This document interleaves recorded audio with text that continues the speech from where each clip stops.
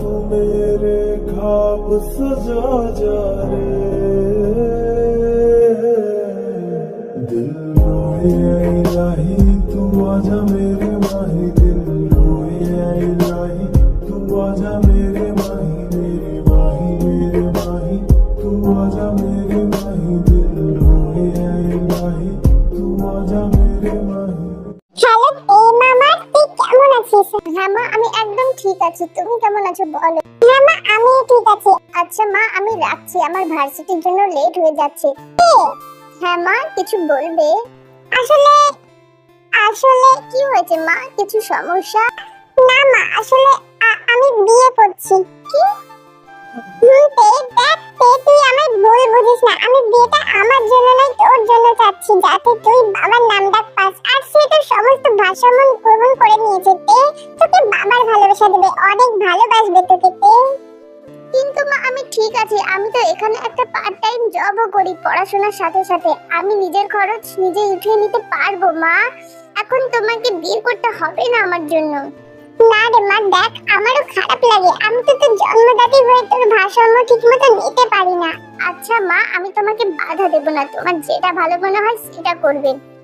আমার লক্ষ্মী মেয়েটা, আমার বিয়েটা সামনের মাসের লাস্ট ডেটে ঠিক করেছি। আজকে 30 তারিখ, ঠিক 1 মাস হাতের সময়।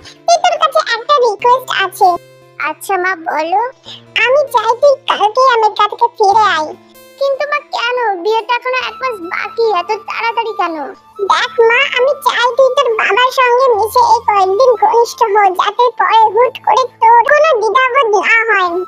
মা, তুমি চিন্তা করো না, আমি মানিয়ে নিতে পারবো। আর কিছুর জন্য না হলে তোমার জন্য তো অবশ্যই পারবো। না রে, এটা এত সহজ নয়। আর এমনিতেও তোর হবু বাবাও তোর সঙ্গে সাক্ষাৎ করতে চায়। আমি কিছু জানি না, তুই কালকেই আসবি মানে আসবি। আর পারে না তার মায়ের সঙ্গে, তাই রাজি হয়ে যায়। তার মাকে অনেক ভালোবাসে, মায়ের কোনো কথায় আবদ্ধ হয় না।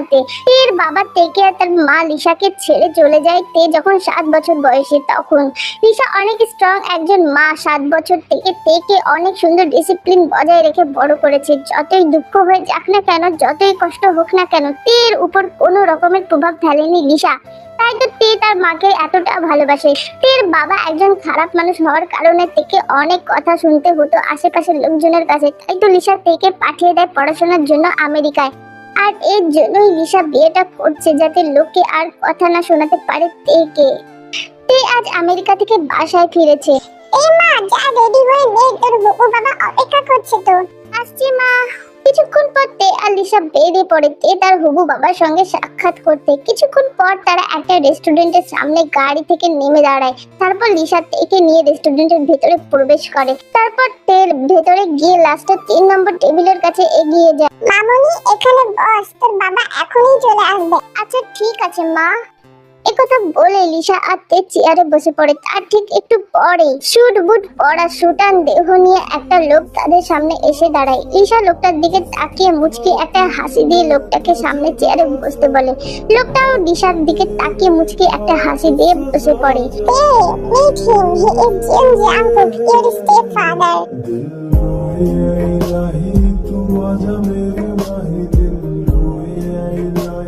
লিসার কথা শুনে তো পুরাই এত হ্যান্ডসাম ইয়াং একটা ছেলে তার কিনা বাবা হবে। এর ভাবতেই কান্না আসছে। আজ পর্যন্ত একটা বয়ফ্রেন্ড জোটাতে পারলো না, আর তার আম্মু কিনা এত সুন্দর একজন যুবক তার স্বামী হিসেবে পেয়ে গেল। বাহ বাহ। এর ভাবনার ব্যাপক ঘটিয়ে জাংকুক বলে ওঠে, ওহ, তুমি সে যাকে নিয়ে তোমার মা এত গর্ব করে। আহ মিস লিসা, আপনার মেয়ে তো দেখছে একদম হুড়পড়ি। তুমি যেমনটা বলেছিলে তেমনই, ছবি থেকে অরিজিনাল আরো বেশি সুন্দর। হ্যাঁ, দেখতে হবে মেয়েটা কার। সত্যি তাই। আচ্ছা আমি জিয়ন জাংকুক, তোমার হবু বাবা। সমস্যা নেই, তোমাকে অনেক ভালোবাসবো। হে হে হে, থ্যাঙ্কস ড্যাড। এরপর লিসা, জাংকুক আর অনেকক্ষণ গল্প করে। এরপর জাংকুক আর লিসাকে বাসায় রেখে আসে। বাসায় সোফায় বসে টিভি দেখছিল। ওই সময় লিসা হাতে প্লেটের উপর আপেলের কয়েকটা টুকরো নিয়ে এসে তের সামনে বসে। তারপর প্লেটটা তের দিকে এগিয়ে দিয়ে বলে, মামুনি, জাংকুক তোর নতুন বাবাকে কেমন লাগলো? আপেল খেতে খেতে টিভির দিকে তাকিয়ে উত্তর দেয়, অনেক ভালো। তুই কি ওকে মেনে নিতে রাজি? এক মিনিট, মিনিট। আচ্ছা মা, ওনার মানে আমার হবু বাবার বয়স কত? 27। হোয়াট? মানে মানে আম্মু, মানে উনি তোমার থেকে 13 বছরের ছোট? মা তুমি এটা কিভাবে করতে পারো? মানে মানে সিরিয়াসলি? মা এরকম বলিস না রে, হোক না ছোট বড়, ছেলেটা অনেক ভালো রে। না হলে তোর ব্যাপারে শুনে আমাদের বিষয় শুনে বিয়ের জন্য রাজি হয়? কোনো কিন্তু না, তার যদি কোনো আপত্তি না থাকে তাহলে আমারও নেই তে। তে আর কিছু বলে না, চুপচাপ আবারও টিভি দেখতে থাকে। এইভাবে কেটে যায় এক সপ্তাহতে, আর জাংকুকের মধ্যে বেশ নরমাল একটা বন্ডিং হয়েছে। তাদের সম্পর্কটা বাবা মেয়ে না হলে অন্য কিছু মন নিয়েছে। জাংকুক তের জন্য অনেক পজিটিভ, কিন্তু এটা বাবার দিক থেকে নয়, অন্য কিছু দিক থেকে। হ্যাঁ, জাংকুক থেকে প্রথম দেখাতেই ভালোবেসে ফেলেছিল, কিন্তু জাংকুক তার মনের ফিলিংস প্রকাশ করতে পারে না, কারণ সে জানে না তেও তাকে ভালোবাসে কিনা, তের মধ্যে এরকম ফিলিংস কাজ করে কিনা যেমনটা জাংকুকের মধ্যে করে। একদিন লিসা জাংকুককে কল দেয়। জাংকুক তখন তার অফিসে বসে কাজ করছিল। লিসার কল আসতে জাংকুক কলটা রিসিভ করে। আচ্ছা শোনেন না জাংকুক, আমার হঠাৎ করে কিছু একটা গুরুত্বপূর্ণ কাজ আসার কারণে এক সপ্তাহের মতো বাইরে যেতে হবে। এখনই বেরোতে হবে আমাকে। আমার মেয়েটা ওর বন্ধুর বাড়ি গিয়েছে, আপনি কি আমার মেয়েটাকে একটু আনতে পারবেন সেখান থেকে? আচ্ছা, আপনি চিন্তা করবেন না, আমি তেকে গিয়ে নিয়ে আসবো, আপনি সাবধানে যাবেন। ও আপনাকে কি বলে যে ধন্যবাদ জানাবো আমি? ধন্যবাদ কিসের? তে এর পুরো দায়িত্ব আমার উপর, আপনি চিন্তা করবেন না, নিশ্চিন্তে কাজ মিটিয়ে আসুন। সন্ধ্যা 7টায় জাংকুক তেকে আনতে যায় ওর বন্ধুর বাসা থেকে। লিসা জাংকুককে অ্যাড্রেস দিয়ে দেয়, আর তেকেও কল করে জানিয়ে দেয় যে জাংকুক তাকে নিতে যাবে। আধা ঘন্টা পর জাংকুক পৌঁছে যায় তের বন্ধুর বাসায়। তারপর বাসার সামনে থেকে জোরে জোরে হর্ন দিতে থাকে। গাড়ির শব্দ পেয়ে তে তার বন্ধুদের বিদায় দিয়ে বাইরে বেরিয়ে আসে। পেছন পেছন তের বন্ধুরাও আসে তেকে বিদায় জানানোর জন্য। জাংকুক দেখে তের সঙ্গে একটা ছেলে আর একটা মেয়ে দুজনে এসেছে। তে এবার তার বন্ধুদের বিদায় জানিয়ে গাড়িতে উঠে বসে, আর তারপর জাংকুক গাড়ি স্টার্ট দেয়। তাদের মধ্যে বেশ কিছুক্ষণ নীরবতা কাজ করে। এরপর জাংকুক হুট করে বলে ওঠে, ছেলেটা কে ছিল তে? কোন ছেলেটা? ও ওই ছেলেটা, ওটা আমার বন্ধু সুগা। শুধুই বন্ধু না অন্য কিছু? আরে না, ওটা আমার বন্ধু। পাশে যে মেয়েটাকে দেখছিলেন না, ওটা আমার বান্ধবী জিমিন। তারা একে অপরকে অনেক ভালোবাসে, বিয়েও করবে। Dad, don't call me dad তে। But why? তাহলে আমি কি বলবো আপনাকে? আপনি তো আমার হবু বাবা, তাহলে ড্যাডকে ড্যাড বলবো না তো কি বলবো? ড্যাডি বলো তে। হোয়াট? আমি কি বলেছি শুনতে পাওনি? Next time call me daddy, okay? But ওকে। এরপর তারা আর একটাও কথা বলে না। কিছুক্ষণ পর বাসায় চলে আসে তে, আর জাংকুক বাসার ভিতরে প্রবেশ করে। জাংকুক সোজা গেস্ট রুমে চলে যায়। সেখান থেকে ফ্রেশ হয়ে এসে তেকে বলে, তে যাও ফ্রেশ হয়ে নাও। জাংকুকের কথা মতো তে ফ্রেশ হতে চলে যায়। তে চলে যেতেই জাংকুক রান্নাঘরে চলে যায় রাতের জন্য খাবার বানাতে। কিছুক্ষণ পর তে ফ্রেশ হয়ে নিচে নেমে দেখে জাংকুক রান্না করছে। তে গিয়ে একদম খাবার টেবিলে বসে পড়ে, আর একভাবে জাংকুকের দিকে তাকিয়ে থাকে। ইস, কত সুন্দরই না এই ড্যাডিটা। আম্মুর আগে যদি আমার সাথে সাক্ষাৎ হতো, তাহলে আমি যে করেই হতো না কেন আমার বয়ফ্রেন্ড বানিয়ে নিতাম। পোড়া কপাল আমার, আমার থেকে 5 বছরের বড় এত সুন্দর হ্যান্ডসাম একটা ছেলেকে বাবা বলে ডাকতে হচ্ছে। তের ভাবনার ছেদ ঘটিয়ে জাংকুক রান্নাঘর থেকে একটা একটা করে রান্নার ডিশগুলো নিয়ে এসে টেবিলের উপর সাজায়। তে একটু নড়ে চড়ে বসে। টেবিলের উপর খাবার সাজিয়ে রাখার পর জাংকুকও বসে পড়ে। তারপর খাবার সার্ভ করে দেয় তেকে। তে আর জাংকুক দুজনেই চুপচাপ খাবার খেতে থাকে। খাওয়া শেষ হলে যে যার রুমে চলে যায়। তে তার নিজের রুমে চলে যায়, আর জাংকুক গেস্ট রুমে। তে রুমে গিয়ে গোসল করে আয়নার সামনে দাঁড়িয়ে চুল ঠিক করছিল, আর ঠিক ওই সময় হুট করে কারেন্ট চলে যায়। তে তো অন্ধকারে প্রচুর পরিমাণের ভয় পায়। তে এবার আস্তে আস্তে বিছানার কাছে গিয়ে ভয়ে ভয়ে কোনো মতে বিছানার উপর থাকা ফোনটা খুঁজে ফ্ল্যাশ লাইট জ্বালিয়ে আস্তে আস্তে জাংকুকের রুমের দিকে যেতে থাকে। তের ভয়ে হাত পা কাঁপছে। তে তে কোনো মতেই জাঙ্কুকের রুমের কাছে এসে বিনা নক করে ভিতরে প্রবেশ করে যায়। আর ঠিক তখনই কারেন্ট চলে আসে। কারেন্ট আসতেই তের চোখের সামনে দৃশ্য পড়তে তে তো পুরাই সামনে জাঙ্কুক খালি গায়ে দাঁড়িয়ে আছে, কোমরে একটা টাওয়াল পেঁচিয়ে, বোঝাই যাচ্ছে সদ্য গোসল করে বেরিয়েছে। তের চোখ যেন কিছুতেই নড়ে না। জাঙ্কুককে এভাবেই দেখে যাচ্ছে। তেকে এভাবে তাকিয়ে থাকতে দেখে জাঙ্কুক মুচকি একটা হাসি দেয়। আমি জানি আমার সিক্স প্যাক, আমার বডি অনেক আকর্ষণীয়, কিন্তু তাই বলে তুমি এভাবে নজর লাগাবে? তে জাঙ্কুকের কথায় তে এবার জাঙ্কুকের চোখের দিকে তাকায়, তারপর আস্তে আস্তে জাঙ্কুকের দিকে এগিয়ে গিয়ে জাঙ্কুকের বডিতে টাচ করতে করতে বলে, আদি আপনি এত হট কেন? তে কি বলছে সে নিজেই জানে না। জাঙ্কুকের বডি দেখে পুরাই হুঁশ হারিয়ে ফেলেছে তে। এরকম স্পর্শ পেয়ে জাঙ্কুক চোখ বন্ধ করে নেয়, ঠোঁট কামড়ে ধরে। তে থামে না, হট ভাবে স্পর্শ করেই যাচ্ছে জাঙ্কুকের পুরো বডিতে। জাঙ্কুক আর সামলাতে পারে না, তেকে এক টান দিয়ে কোলে তুলে নেয়, তারপর তেকে নিয়ে গিয়ে সোজা বিছানার উপর ফেলে দেয়, তারপর নিজেও তের উপর উঠে পড়ে। জাঙ্কুক তের দিকে ঝুঁকে তের ঠোঁটের দিকে কিছুক্ষণ তাকানোর পর জাঙ্কুক তের ঠোঁটের সঙ্গে ঠোঁট মিলিয়ে দিয়ে পাগলের মতো কিস করতে লাগে।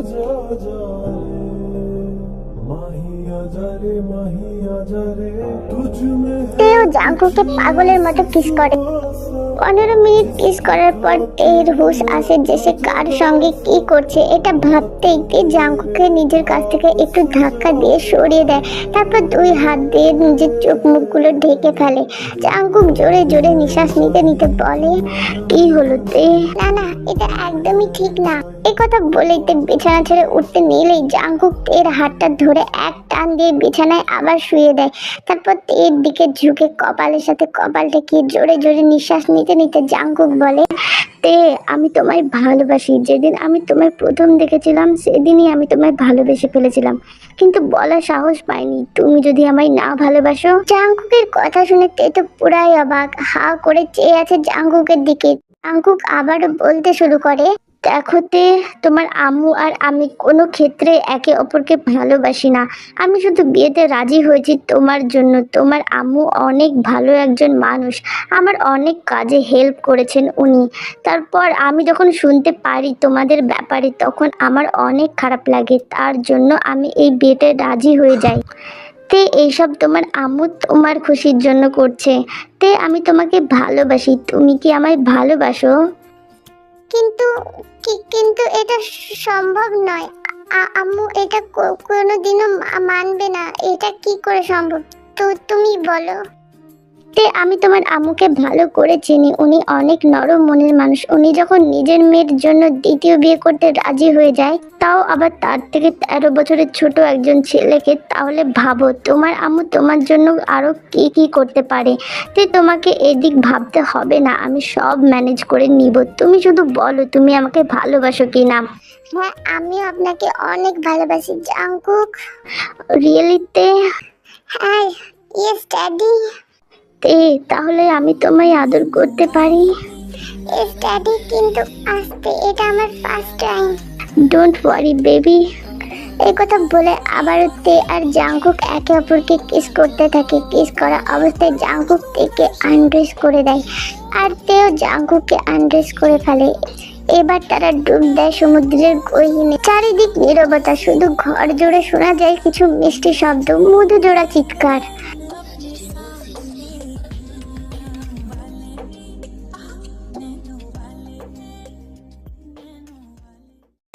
এর ঘুম ভাঙতে তে দেখতে পায় জাঙ্কুক তাকে জড়িয়ে ধরে ঘুমাচ্ছে। তাদের দুজনেরই শরীরে একটা কাপড় পর্যন্ত নেই। তে তো অনেক লজ্জা পেয়ে যায়, আবার মনে মনে অনেক খুশি হয় যে এত সুদর্শন একটা পুরুষ তাকে ভালোবাসে, তাকে বিয়ে করবে।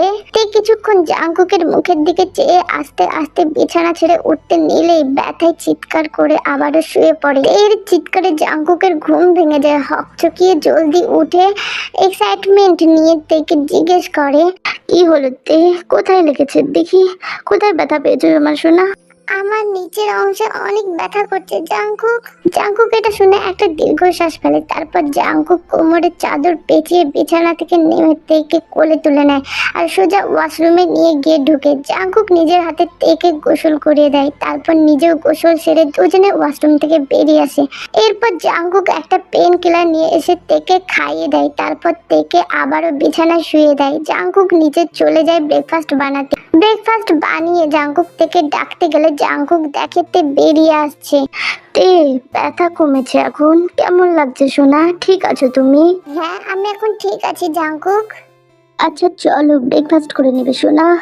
এরপর তে আর জাংকুক দুজনেই ব্রেকফাস্ট করে নেয়। কেটে যায় আরো দুদিন। জাংকুক আর তের সম্পর্ক এখন অনেক গভীর, একে অপরকে ছাড়া এক মুহূর্ত থাকতেই পারে না। একদিন সন্ধ্যায় জাংকুক আর তে টিভি দেখছিল আর একটা ড্রামার মধ্যেই চলে আসে কিসিং সিন। তে তো মাথা নিচু করে মুচকি মুচকি হাসতে থাকে আর জাংকুক তের দিকে তাকিয়ে তের কাণ্ড দেখে। তে যেই না মুখ তুলে জাংকুকের দিকে তাকাবে, সঙ্গে সঙ্গে জাংকুক তের ঠোঁট জোড়া দখল করে নেয় আর তারা একে অপরকে কিস করতে লাগে।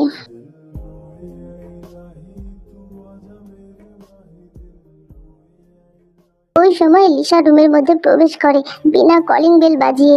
তারপর সামনে তে আর জাংকুকে এভাবে দেখে জোরে চিৎকার দিয়ে ওঠে, কি করছো কি তোমরা?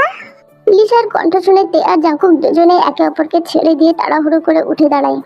মা মা মা তুমি কিন্তু কিন্তু আমার কাজ তাড়াতাড়ি শেষ হয়ে গেছে, তাই আমি 2 দিন আগে চলে এসেছি, কিন্তু তোমরা। দেখেন লিসা, আমার কিছু বলার আছে। আমি তেকে ভালোবাসি আর তেও আমাকে অনেক ভালোবাসে। আমরা একে অপরকে ভালোবাসি। কি?